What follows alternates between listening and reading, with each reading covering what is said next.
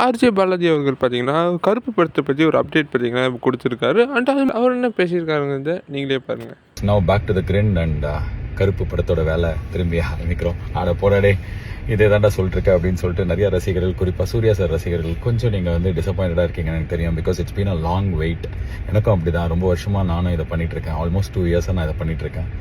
So உங்கள் wait எல்லாமே ஒர்த்தாக இருக்கும். நான் வந்து இன்னும் நிறைய டைம் எடுத்துக்கிற மாதிரி ஐடியாவில் இல்லை. சீக்கிரமே, அதாவது நான் சொல்கிறது 1 வாரம் 10 நாளில் செம அப்டேட்டோட படம் எப்போ ரிலீஸு எல்லாத்தையுமே சொல்கிற அப்டேட்டோட உங்களை வந்து சந்திக்க போகிறோம்.